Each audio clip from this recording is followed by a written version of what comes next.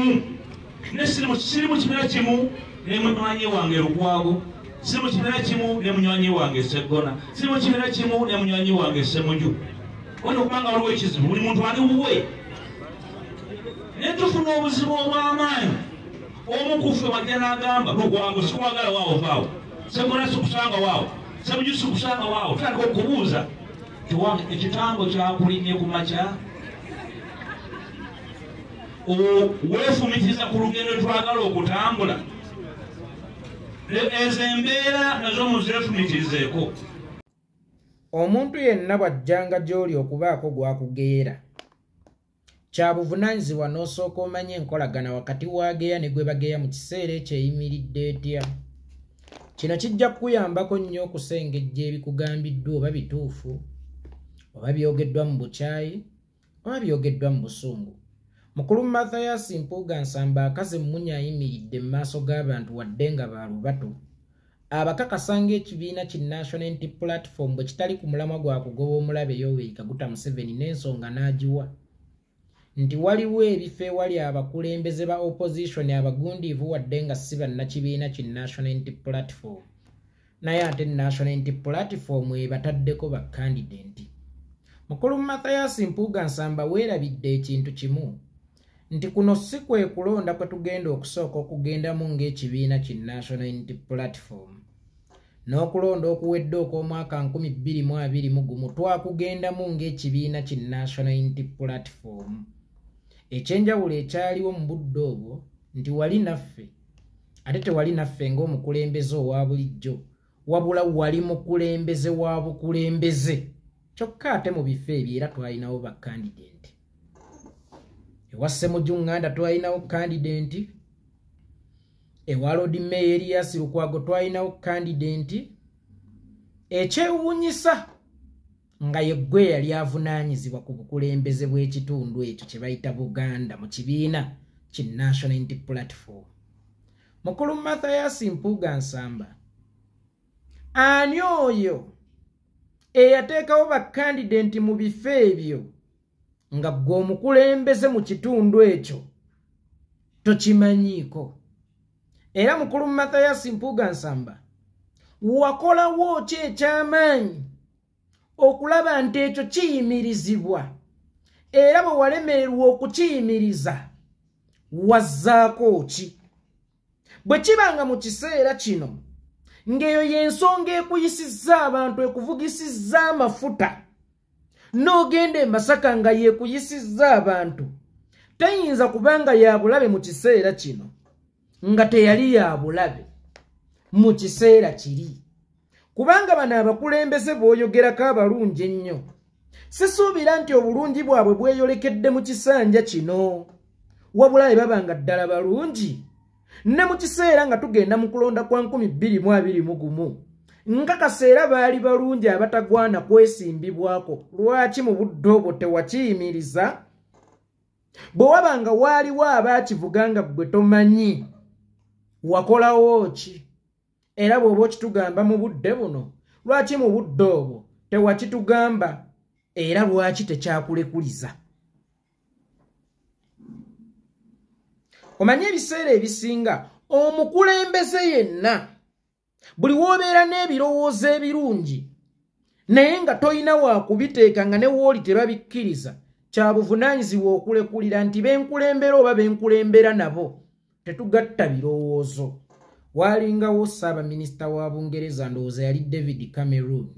ye yali ayagala Bungereza esigalemu mu mukago ogwa EU European Union naye abatuuze ne bamugamba ffe twagala kuva mu mukago ogwa European Union. Yugu bagenze mu kalulu ak'ekikungeera okukkakkana ng'abatuuze bawangudde Ssaabaminisita. Kyawaliriza Ssaabaminisita okulekulira kuba ye yali amanye ebirungi ebiri mu European Union nga baakulembera tebabimanye, ekitegeeza nti akulembera n'abakulemberwa tebagatta birowoozo. Tosobola kukulembera bantu bwe mutagatta biki birowoozo. Yalekulira bulekulizi. Mukulu Mathias Mpuuga Nsamba gwe lwaki walinda okukugoba era lwaki wasigala ovuganyiza mu kibiina ekitayina mulamwa gujjako Museveni olaba kikuba abakulembeze aba opposition ab'amaanyi wadde nga si bannakibiina? Lwaki tewalekulira? mu kiseera ekyo. Bino lwaki tewabigamba bantu mu kiseera ekyo? Abo b'obigamba bakimanyiko nti ye ggwe yali avunaanyizibwa ku bitundu ebyo mu kulonda kwa bonna okwaggwa okwa 2021, era bakimanyi nti ye ggwe omu ku baali ba decision maker. Senga bino bibaddewo nga Mpuuga wamala kuvaawo, then waali badde n'ensonga ebyogerako, ne weebyo biba byaliwo nga wooli ate ng'abo b'obinyumiza wabagamba dda nti yemmwe mwali olufungo lwa Kyagulanyi, yemmwe mwali steering ya Kyagulanyi, yemmwe mwamulaganga direction era n'okikkaatiriza nti okuva lwe mwavaawo Kyagulanyi yabula era yasereba. Kino kyoli mu kutuvunaana ensigo eyo yasigibwani?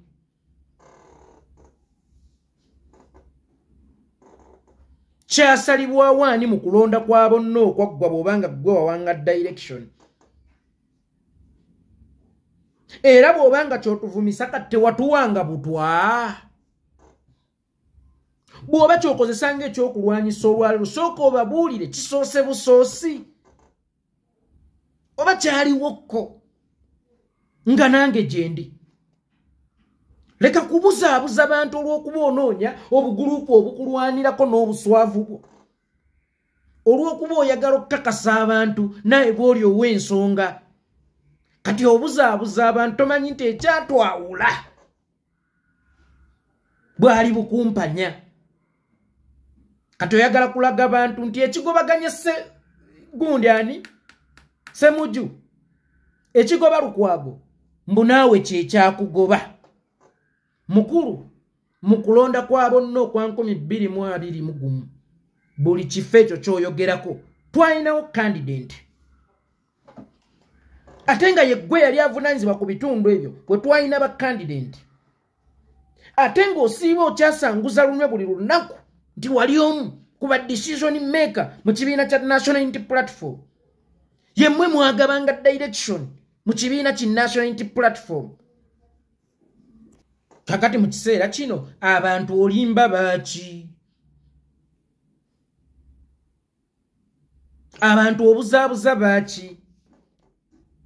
Kale sooka obeetondere, kuba olwedde ekyo kyoli mu kubalaga obalaze nti kyali kyabulabe nnyo oba kyabulabe nnyo, naye nga ate kyali kibaddewo nga naawe gy'oli. Kale sooka obeetondere tinali omu ku kizibu kyammwe. Njagala osooka obeetondere obakakase nti wali omu ku kizibu kyabwe. Omukulu oyo Mathias Mpuuga Nsamba, His Excellency Kyagulanyi yayogerako ku bifo ng'ekya Lukwago, ekya Ssemujju Ngando. Omukulu oyo yennyini yamugamba senga babadde baagala nkyukakyuka baali badde baatwegattako. Lino lyato lya Nuuwa lyagambye amataba gajja ne bagaana okulinnya eryato, leka amataba gabatwale. N'ayanikula n'agamba gw'olowooza ffe tetulina bibiina gye tubadde nga tusobodde okwegattako? Bo banjawulo ki obutajja kusobola kutwegattako? Ebyo byo nga tobibagamba, ebyo byo nga tobibagamba. To the extent gwe ne Bwanika mmwe mwavuma Dr. Besigye nga bw'atayagaliza Kyagulanyi, era mmwe mwakakasa Kyagulanyi nti opposition ebaddewo ebadde ng'ekolera Museveni, nga ne mu kulonda kwa 2016 abakulu abo ali mu kukugamba essaawa eno ndi tujjamu abakulembeze ba opposition ab'ensonga tuleete aba Museveni, bagenda n'omuntu eyakafuluma kabineti ya Museveni nga Ssaabaminisita, ne bagamba Dr. Besigye akolera Museveni, ne bagenda n'embabazi atannaweza mwaka ku opposition oba atannaweza myaka 2 nga bafulumye kabineti. Mbabazi yafuluma kabineti mu mwaka gwa 2014, 2015 nga tugenda mu kulonda kwa 2026 abakulu abo nga batandise dda okuteetera n'embabazi. abakulu abo nga balaga Besigye akolera Museveni abaye okujjawo Ssemujju Nganda ku opposition oba mulabe wa opposition okusinga omuntu eyajjawo Besigye alete embabazi nso okujjawo Sseggona ndete Walukagga abadde ayimbanga ennyimba z'enkyukakyuka kive nnyo okusinga okujjawo Dr. Besigye ngende ne John Patrick amama mbabazi basajja mmwe mulekeraawo okuwuddisa abantu mwe wennyini mugamba abantu abo be muliraanye nti Besigye teyatutuusaako eno Besigye is true opposition leader naye mu kulonda kwa 2016 mwenna mwakuba Besigye omugongo mukulu Mathias Mpuuga mu bigambo byammwe ne mugamba nti beebamu ne mugenda n'omusajja eyakafuluma cabinet nti yazze olwanyisa Museveni era yamumanyi musooke muhebuzo olwaliro Mbabazi aliwa Dr. Besigye aliwa mwetondere eggwanga nga mukyala wa Mbabazi leero yeesimbyewo okukiikirira abakadde ne ku kaadi ey'ekibiina ki NRM nga muwala wa Mbabazi bwe yali afumbirwa mutabani wa Ramaphosa Yoweri Kaguta Museveni ye yali omugenyi omukulu kwolwo nga temwajja kwetondera bantu musiriwala kwolwo nga temwajja kwetondera bantu nga temwabalaga nti twabatomeza nga kanso musisi okugenda ewali Ssemujju kyekive era nga kyekifuula ekibiina okuba nga kikolera Museveni n'opposition okuba nga yaffe ekolera Museveni nga Mbabazi we yajja okureplacinga Besigye eyo opposition yammwe teyali ya Museveni bwe muba mwawuddiikaazibwa kiteesa temuli bagezi kimala kulengerera wala olaba n'ekiri mu giraasi kisobola okubeera biza gwe mutambudde naye ne mugera n'eyakafuluma gye mulwanyisa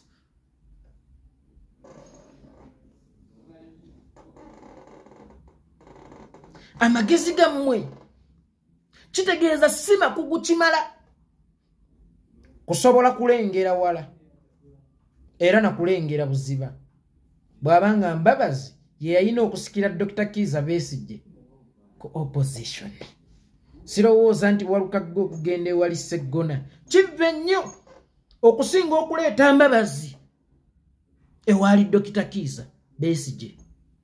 omanye ebiseera ebisinga abantu tebabala myaka 5 oba tebabala biseera bijja babala kibayisaawo kwolwo nzijukira nali bulengaawo ne zireeta mukulu Medad Lubega Sseggona akali amaggwa ku mwenda nga campaigninga mu kulonda kwa 2016 n'agamba ekimuwagizza Mbabazi yamanye ensonda za State House era yamanye ew'okuyisa Museveni mbwera bwe banaamala okutuuka mu State House agendayo ng'akebera mulyango gwa Mmanju ate waanaayisaani wanaayisa Mbabazi mwenge ekyo temukyetondanga bebamu bano oli Besigye ne Museveni batusiba katambaala bebamu naye tuleese ono eyakava mu kabineti nga gwe mutuleetera mwe mwali balabe baaki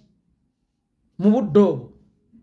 era mwe mulowooza okusinziira kati nga bwe biri leero Mbabazi wa gyali ne mukyala we eyo yali opposition yaani gye mwali mutembeeta eya Walukagga atalina yadde ekifaananyi ne Museveni eya Walukagga atayimbirangako Museveni ng'abadde ayimbira mmwe n'ebeera ng'ekolera Museveni eya Mbabazi eyali Ssaabaminisita mu gavumenti ya Museveni n'ebeera nga tekolera Museveni weekwata ku bisubi weekwata ku bisubi mukulu Mathias Mpuuga Nsamba kubanga ffe otuvunaana kukuba musota kawuuwo neggwe wagukuba mutwe ffe otuvunaana okuba omusota akawuuwo naye gwe wagukuba mutwe ne banno n'akabinjako mwe mwali mukolerani abantu b'e Masaka mwe musooke mwebuuze onazze okubalaga obulabo obuli mu kujjayo Sseggona oleete Walukagga obuli mu kujjayo Lukwago oleete Balimweso obuli mu kujjayo Ssemujju Nganda oleete Kanso Musisi nye tababuulidde bulabe ye bwe yakola okujjayo Besigye oleete Mbabazi baatematemamu obululu bwa opposition bumeka ng'abasajja abagundiivu bonna e Buganda bawagira Mbabazi ng'oggyeko oyo Lukwago ye yatambula ne Besigye naye bano bonna Sseggona Mpuuga bonna nga bwe baali beeyita bakirimaanyi ba Buganda wallahi billahi tallahi batambula ne John Patrick Amama Mbabazi ebifo bya MP eno nga gy'obalira opposition naye ng'entebe ennene tobaliddeko opposition olowooza ani yasinga okuyamba Museveni kunze naawe ze bwe mba ndeese Walukagga nga nnyambye Museveni bwe yayabuluzaamu obululu bwa Besigye mu ab'amaanyi mwenna e Buganda mugenda n'Embabazi ey'akafuluma cabinet ani mulabe wa opposition era ani kizibu ku opposition these people nabagamba babba enkoko ne balya ne basuula ebyoya ku mulyango gwo nti oyo ye mubbi ne bakulemberamu abaginoonya tugirabye wooli abantu abo bakwata mu nva ne bakusiiga amasavu ku mimwa nga weebase ne baleeta abanoonya enva maama Kiko ye yabbye enva agiye okutuukako nga wenna ovulubanye babikusiize okuzeeki weebase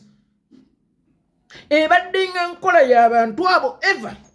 okulya ne bajja ne bawaayiriza abayala okukolera Museveni ne bajja ne bakugamba nti ono akolera Museveni era ebbanga lyonna mu by'obufuzi amaanyi bagasinga gakozesa kulwanyisa b'opposition si Museveni balwana Besigye abo era be baleeta eŋŋombo y'abeebamu abo baagala okutusiigisa ekifaananyi mbu tetuwa Besigye kitiibwa be batugamba nti Besigye akolera Museveni ate ng'ekigambo kyabwe kyali kya nsonga nnyo gye tuli be bali abasajja ba Buganda be twatendanga abalabira ewala okulabirako mmwe wala kwabatuma ku Mbabazi n'embizzi esobola okukiraba nti Mbabazi yali mutume kwabuluza opposition ndaba abalabira ewala bageya ku Mbabazi bajja batutembeetera Mbabazi abalabira ewala batugamba Mbabazi ye mutuufu Besigye mukyamu abo abalabira ewala okulaba kwabwe ewala kwatuteeka ku Mbabazi Mbabazi leero yaddayo mu gavumenti mukyala we yaddayo mu gavumenti abaana be baddayo mu gavumenti nga temwajja kutwetondera nti twabatumisa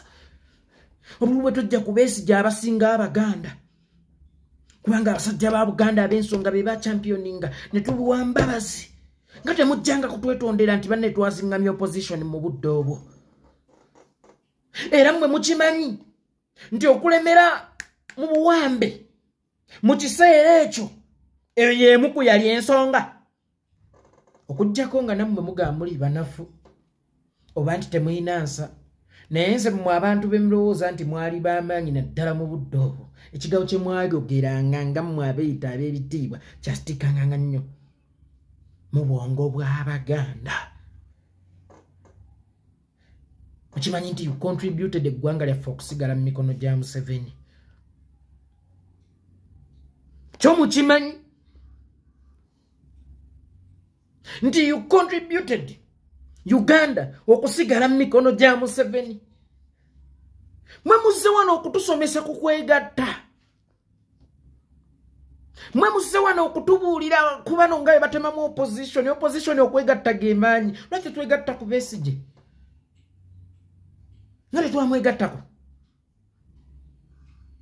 onvunaana kuba kawuwo nga gwe wakuba mutwe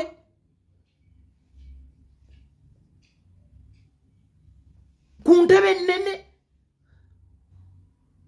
kale sooka obeetondere okubaleetera Mbabazi oluvannyuma era obeetondere okubeera ekitundu ku kyoli mu bagamba kuba walimu mufe era nga pulaani ezo zaabanga zammwe nga mmwe ba top leader era nga n'ekitundu kya Buganda kivunaanyizibwa ku ggwe wakozesa kumanyi go nga president bw'oba wali mu nkwawa wadde ng'olina obuvuna lwaki tewalekulira obeera otya mu kifo endowooza ze ez'omuzinzi nnyo eziyamba eggwanga nga zisuulibwa mu kasero n'okkiriza okugenda n'endowooza ezitayamba ggwanga ate nga ggwe nannyini kifo ekyo olowooza kiba kivunaanyizibwa kwani lwaki bamala kukugoba n'olaba obukyamu bwa kino lwaki tewakirengera ng'okyaliyo mu abantu b'e Masaka mu abantu b'e Buganda bano abantu b'ebizibu byammwe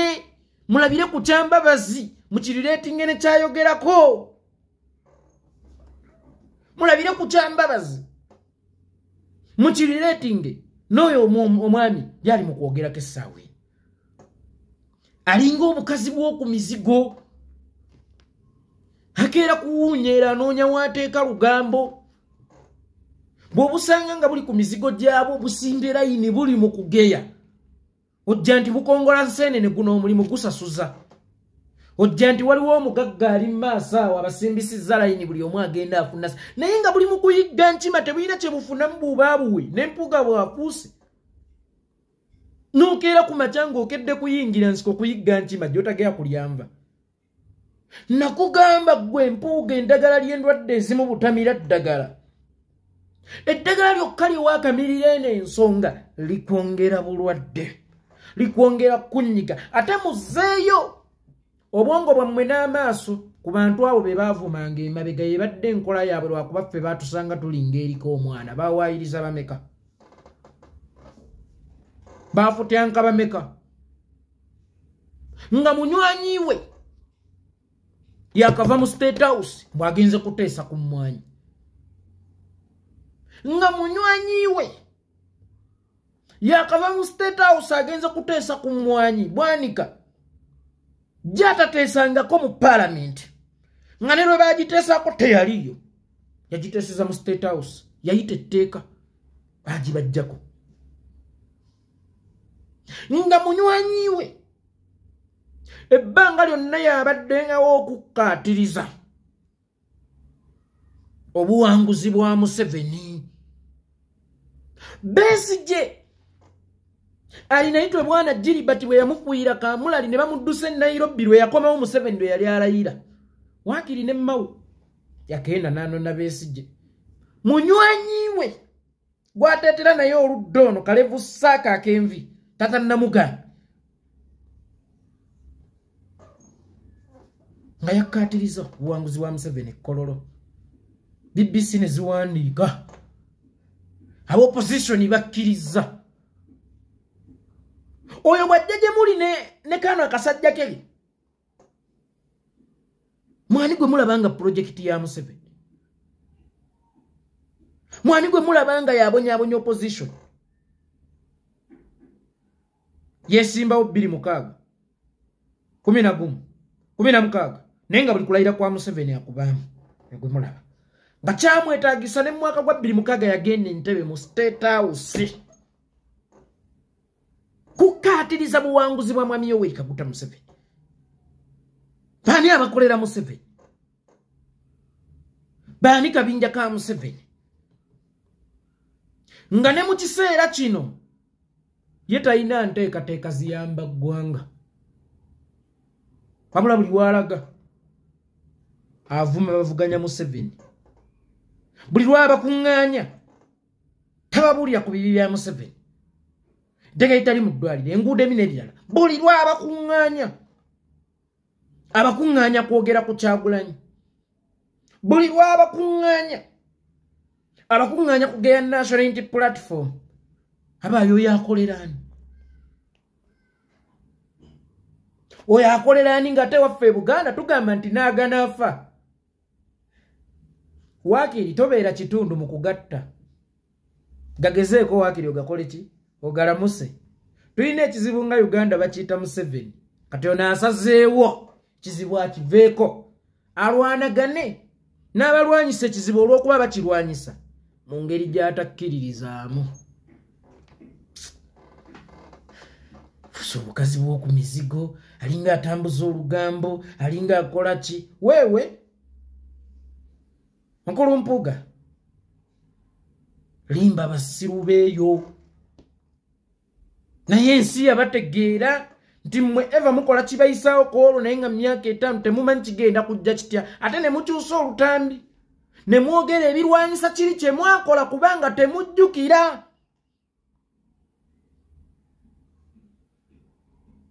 otujerega oba otulwanyisa semujja avaayo atya ne muleeta musisi Seggona ava atyo atya ne muleeta walukagga Lukagga avaayo atya ne muleeta bali mwezo naye gwe tokimanyi nti aweera we wali ekibuuzo jjawo otya Besigye n'oleeta Mbabazi eyakafuluma kabineeti Saaba minisita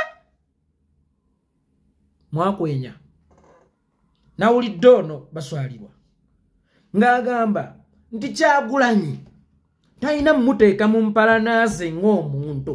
zaalina n'Anita Amongi kubanga ye Anita Amongi baamanyigana bifo ebyobufuzi Sumaani basaalirwa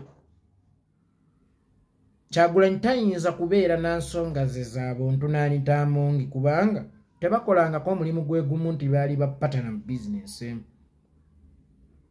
Kyagulanyi musajja mufumbo ne bw'ataalibadde ezo si ze guleeti ki ekyo ekiyinza okubanga kibaleetera personal issues ezisukka ku Uganda balina omulimu gwe bakola bonna bw'oba olaba bali mu maaki ng'esobola okubanga beeganzaako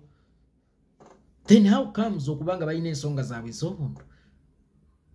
ensonga gye tulina n'omuntu yenna erotatingira ku Uganda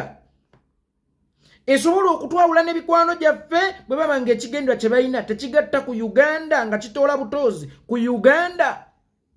mukwano gwo ng'omuntu kale wadde ggoli musoga yayimirira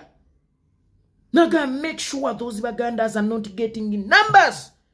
mwanyi yatuweerera yaweya bakitaffe banyaffe bani nga kyekirime ekyettunzi kye tulina e Buganda ng'ebamwe mulina ebikajjo by'otalwanirira nga bannaffe bwe balunda ente yavaayo n'akola statement eri tribal newankubadde tuba n'abantu be twagala naye statement eyo gwe kulekawa ng'omusoga aveeyo oba omuntu ng'aveeyo ng'ojje waffe e Buganda okuwala n'Anita Amongi kiyamba ggwe n'okunyweza enkolagana ne bakoddomi baabakuweera naye boowa kuba nkakasa e Buganda olinayo abaana era n'Abaganda e Busoga balinayo abaana statement ng'eyo yayinza okuyubuluzaamu enkolagana yaffe esobola n'okuleeta ekitta abantu n'okwewalana n'ogamba nti tewaba nsonga lwaki omuntu alina okumunyiigira lwaki omuntu alina okumuwalana era gwe Uganda bwe basi esooka nga mikwano gyo gye gisooka teni mu palamenti okolayo ki kubanga bw'aba Anita Amongi mukwano gwo ng'omuntu kitegeeza ojja kukola decision ng'osanyusa ye nga tosanyusa nsi omuntu yenna gw'otasobola kuwalana ku lwansi ne bw'akola kyensi manya nti osobola okukola ensobi okusanyusa ye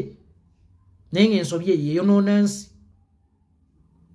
ffe tusanyusa Uganda tetusanyusa bantu tetulina mukwano ku lwa Uganda tetulina Luganda ku lwa Uganda era mmwe abantu b'e Buganda kati munkakasa otya nti Asumaani basaalirwa yesi kizibu kyammwe bwe bange mmwanyi yali ebagasa oba bwe bange eyo statement yali ebalaga nti temulina makulu munkakasa mutya nti Asumaani basaalirwa yesi kizibu kyammwe Anita Amongi mukwano gwange ng'omuntu Anita Amongi eyayise etteeka erinsiba eyayise etteeka erimpozesereza mu magye eyayise etteeka erinzijjako emmwanyi nalikozesezza ekigambo ekinene naye ndowooza kansooke ku kyetonda nywera ddala omwenge